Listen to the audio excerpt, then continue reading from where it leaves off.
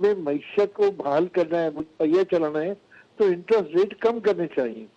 खालिद साहब, आप समझते हैं कि मौजूदा इंटरेस्ट रेट को अगर मैं ले लेता हूं 1 मिनट के लिए, तो क्या हम अपने एक्सपोर्ट के टारगेट अचीव कर लेंगे? नहीं जी, सवाल नहीं है, कोई भी टारगेट आपको अचीव नहीं होगा। आप सनती पैदावार में भी नहीं जब जाएंगे तो आप एक्सपोर्ट के टारगेट कैसे कंप्लीट कर लेंगे? सबसे पहले तो आपको कॉस्ट ऑफ डूइंग बिजनेस कम करना है, और कॉस्ट ऑफ डूइंग बिजनेस में जो इंटरेस्ट है वो एक बहुत बड़ा एलिमेंट होता है। खालिद साहब, सऊदी प्रिंस पाकिस्तान नहीं आए, बड़ी तवक्को हमने लगाई हुई थी कि सऊदी प्रिंस आ जाएंगे, शायद कोई अहम ऐलान हो जाएगा, बिजनेस कम्युनिटी ने भी बड़ी उम्मीदें बांध दी थी, लेकिन वो तो हमारे पास ना जाते हुए आए ना आते हुए आए। तो अब हम क्या करेंगे? किस जानिब हम देखेंगे? क्या सिमत होगी हमारी? देखिए, शायद बहुत सारे लोगों को बात अच्छी ना लगे, हम एक फकीर हैं। हम अक्सर उनके पास साल में 2-3 दफा पैसे मांगने जाते हैं, तो लिहाजा हमारी कोई इम्पोर्टेंस ही नहीं है अब जो पहले थी, जो हमारा एक उनके साथ एक वो चीज थी। उन्होंने ये भी ऐलान किया 2 लाख इंडियंस को वो जॉब भी दे रहे हैं। बड़े अहम मुआहदे किए सऊदी अरब ने वहां पर G20 समिट कॉन्फ्रेंस में। सॉरी, बड़े अहम मुआहदे किए G20 समिट कॉन्फ्रेंस में सऊदी अरब ने, लेकिन अभी तक यहाँ पर कोई मुआहदा नहीं हो पाया है। इसकी क्या बुनियादी वजह समझते हैं आप? क्या तहफुजात हैं? बुनियादी वजह ये कि हमारे मुल्क में न सियासी स्टेबिलिटी है, न माशी स्टेबिलिटी है, न मुल्क में एक बहरान है। हमारे अपने मुल्क से जो लोग रहने वाले हैं वो जा रहे हैं, हमारा ब्रेन ड्रेनेज हो रहा है, हमारे नौजवान बाहर जा रहे हैं।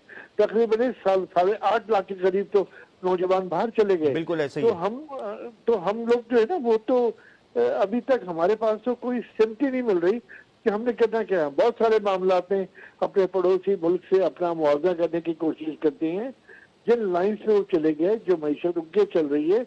हमारे यहाँ मईशत नाम की कोई चीज ही नहीं है। मैं बहुत दफा मुतालबा करते रहा हूँ तमाम पार्टियों के साथ, मुख्तलिफ मीडिया में भी, कि सबसे पहले आप मीसाक के मईशत साइन करें, सारी पार्टियां मिलके। और आज केयर टेकर गवर्नमेंट है, ये सबको लेके बैठे और 15-20 साल की मईशत की पॉलिसी तय कर लें कि हमारा रूट मैप ये होगा। आप देखिएगा इंशाल्लाह पाकिस्तान बेहतर तरीके से परफॉर्म करने लगेगा। बिल्कुल खालिद साहब, आप हमारे साथ ही रहिएगा। सलमान साहब, पॉलिसीज तो हमको बनानी पड़ेंगी, ख्वाह वो शॉर्ट टर्म हो या लॉन्ग टर्म हो, लेकिन इस वक्त आप क्या समझते हैं कि सऊदी प्रिंस का ना आना हमारी मईशत पर क्या असरात मुरतब कर गया है? देखें, ये बड़ा एक देखा जाए डिस्करेजिंग मैसेज है, और हमें मतलब ये कि अब सोचना चाहिए, सोचना पड़ेगा। मैं एग्री करता हूँ तवाब साहब की बात से।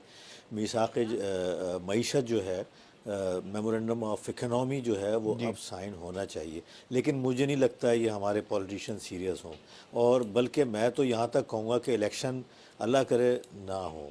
इलेक्शन से हमें 12 इलेक्शन हो गए 50 साल में, हमें क्या मिला है? आज हम किस हाल में हैं? हमारा डॉलर, हमारी करेंसी कहाँ पर है, हमारे रिज़र्व कहाँ पर हैं, हमारे रेपुटेशन कहाँ पे, हमारे पासपोर्ट की वैल्यू कहाँ पर है?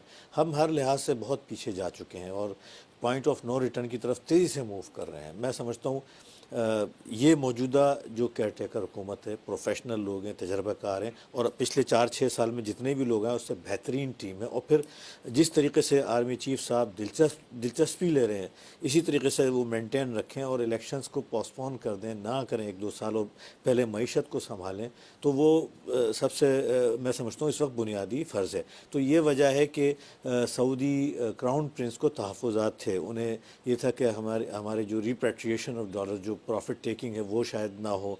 फिर यहाँ सिक्योरिटीज़ के इशूज़ हैं, पॉलिटिकल इंस्टेबिलिटी तो है ही है, माशी अदम इस्तेकाम है, तो इसमें कौन सा मुल्क यहाँ पे जो है आके इन्वेस्ट करेगा? बिल्कुल सही कह रहे हैं। आखिर में खालिद साहब ये बता दें कि मौसम सरमा की आमद है, अब तो इंडस्ट्रीज़ को वक्त पर गैस भी नहीं मिलेगी, और इंटरेस्ट रेट भी अगर कल बढ़ जाता है, तो आप समझते हैं कि लार्ज मैन्युफैक्चरिंग स्केल के नंबर जो -11 और -12 पे पहुंच गए हैं, ये रिकॉर्ड सतह पे पहुंच जाएंगे, माइनस हो जाएगी लार्ज मैन्युफैक्चरिंग स्केल की सतह, और हम कोई टारगेट अचीव नहीं कर पाएंगे?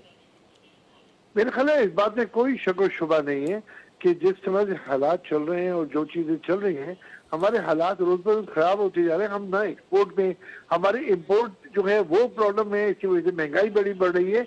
तो इसको फौरी तौर पे अभी और बहुत सारे, एक कदम लिया है जो आर्मी चीफ साहब ने लिया है, अभी हमको अपनी मईशत की बहाली के लिए फौरी बहुत सारे इकदाम, अभी तो बड़े चोरों को भी पकड़ना है खालिद साहब, अभी तो छोटे चोरों के ऊपर हाथ डाला है, अभी तो बड़े चोर, बड़ी अशराफिया शिकंजे में आई कहाँ है?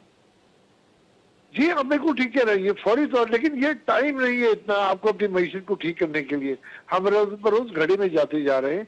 आपको मैं ये बताऊं कि अब आप ये इंटरेस्ट रेट बढ़ाते हैं, इंटरेस्ट रेट के बढ़ाने से सबसे बड़ा सफर जो है, क्योंकि 80% बोरोइंग जो है इस वक्त हुकूमत पाकिस्तान की है मुख्तलिफ जगहों से, तो मुकामी कर्जों की शरह में रिकॉर्ड इजाफा हो जाएगा। सही कह रहे हैं आप जी। तो आपके पास डेफिसिट बढ़ता जाएगा। और जो हमारा एक ट्रस्ट डेफिसिट है जो मुस्तकिल बढ़ रहा है गवर्नमेंट का और बिजनेस कम्युनिटी का, इस हवाले से आप क्या कहते हैं? हेलो जी खालिद साहब, जो ट्रस्ट डेफिसिट है, जो एतमाद का फुकदान है बिजनेस कम्युनिटी और निगरां हुकूमत के दरमियान जो ये दिन ब दिन बढ़ रहा है, इस हवाले से आप क्या कहते हैं?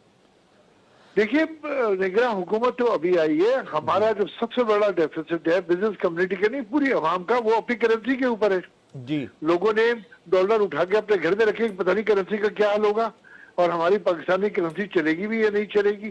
तो ये जो डेफिसिट है, ट्रस्ट डेफिसिट, सबसे पहले तो ये अपनी करेंसी के हिसाब से बहाल करें।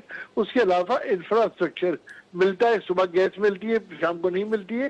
तो ये चीजें जो हैं, ये सारे ट्रस्ट डेफिसिट जो कारोबारी हिसाब से भी और मुल्क की मईशत के हिसाब से भी ये बहाल करने होंगे। बहुत शुक्रिया आपका खालिद साहब। हमने अपनी पॉलिसीज़ को बेहतर बनाना होगा ताकि हमारे मुआशी अदाद शुमार बेहतरी की जानिब गामजन हो सके। आखिर में ये बता दीजिएगा सलमान साहब कि कराची स्टॉक मार्केट को क्या आप बेहतरी की सतह पर देखते हैं? आइंदा आने वाले दिनों में हमें मुतअद्दिद चैलेंजेस का सामना है। रुपया बेहतर ज़रूर हो रहा है, लेकिन इम्पोर्ट बिल की अदायगियाँ और बैरूनी अदायगियों का बोझ हमारे सर पर है। IMF अगर हमें सख्त शराइत पर अमल दरामद करने का कहता है